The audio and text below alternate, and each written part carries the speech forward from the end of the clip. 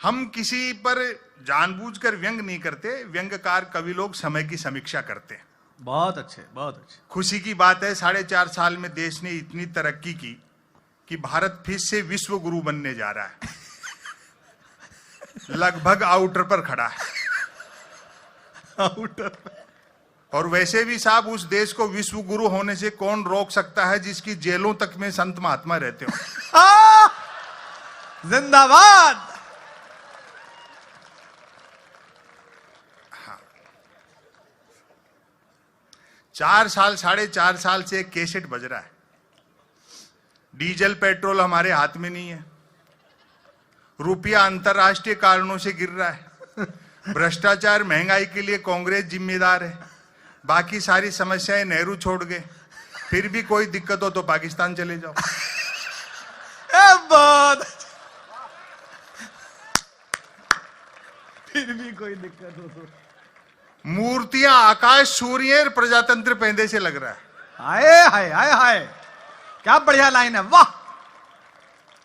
मुझे तो अभी एक सज्जन कह रहे थे कि साहब विश्व की सबसे ऊंची मूर्ति लग चुकी है, आप भी थोड़े पॉपुलर हो गए, किसी चौराहे पे आपकी भी एक आध खड़ी करते हैं, लाख रुपए का खर्चा है।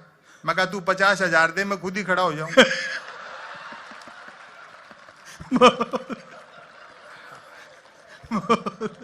मेरे ये समझ में नहीं आई साहब कि नेहरू को छोटा करने से पटेल कैसे बड़े हो जाएं। वाह वाह वाह। शायद नौजवान पीढ़ी जानती नहीं, हम भावनाओं में बह जाते हैं, भाषणों में बह जाते हैं, खो जाते हैं। जिस सरदार सरोवर के तट पे पटेल की सबसे ऊंची मूर्ति लगाई गई, उसी सरदार सरोवर का शिलान्यास ही पंडित नेहरू ने किया था। क्या बात है, क्या बात है, सच्ची बात है। मिथकों के नाम पर, महापुरुषों के नाम पे लड़ाया जाता है। बीजेपी के एक बड़े नेता ने कह दिया कि बापू का आजादी के आंदोलन में कोई योगदान नहीं रहा। हमने उसका बुरा नहीं माना कि भाई हो सकता है खुद के बापू के लिए कह रहा हूं। कमाल है, तालियां तो बजनी चाहिए भाई, औसम है। फिर इन्हीं की पार्टी के एक प्रदेश के स्वास्थ्य मंत्री ने कह दिया कि जब से नोटों पे गांधी का चित्र छपा है, नोटों की कीमत घट गई। यही भारतीय प्रजातंत्र की खूबसूरती है कि शारीरिक और मानसिक रूप से बीमार आदमी भी स्वास्थ्य मंत्री बनाई जा सकता है। अच्छा है, बहुत अच्छा। फिर पार्टी अध्यक्ष ने तो यह कह दिया कि गांधी का आजादी के उस गांधी जो है वो एक चतुर बनिया थे।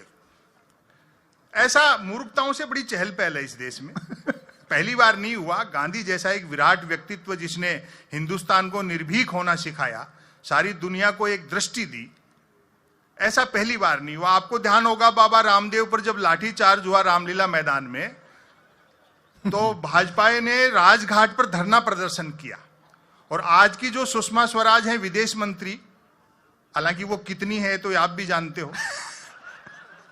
हाँ, पिछले दिनों तो मिल गई थी, बड़ी दुखी थी, बोले जी हमें तो कोई भारत का विदेश मंत्री मानने को तैयार नहीं, मोहर हमारे नाम की और घूम कोई और रहा है।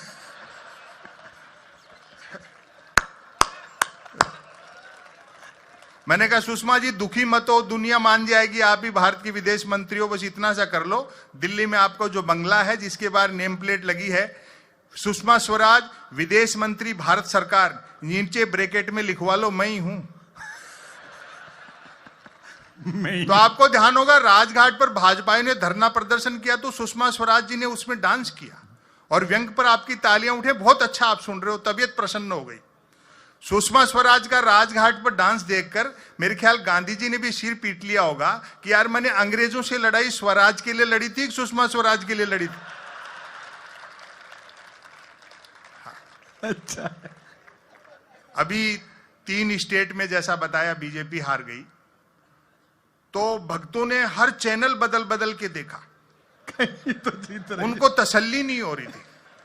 लेकिन जब जी न्यूज पर हार गई, जिंदाबाद, तो सबको मानना पड़ा भाई अब हार गई।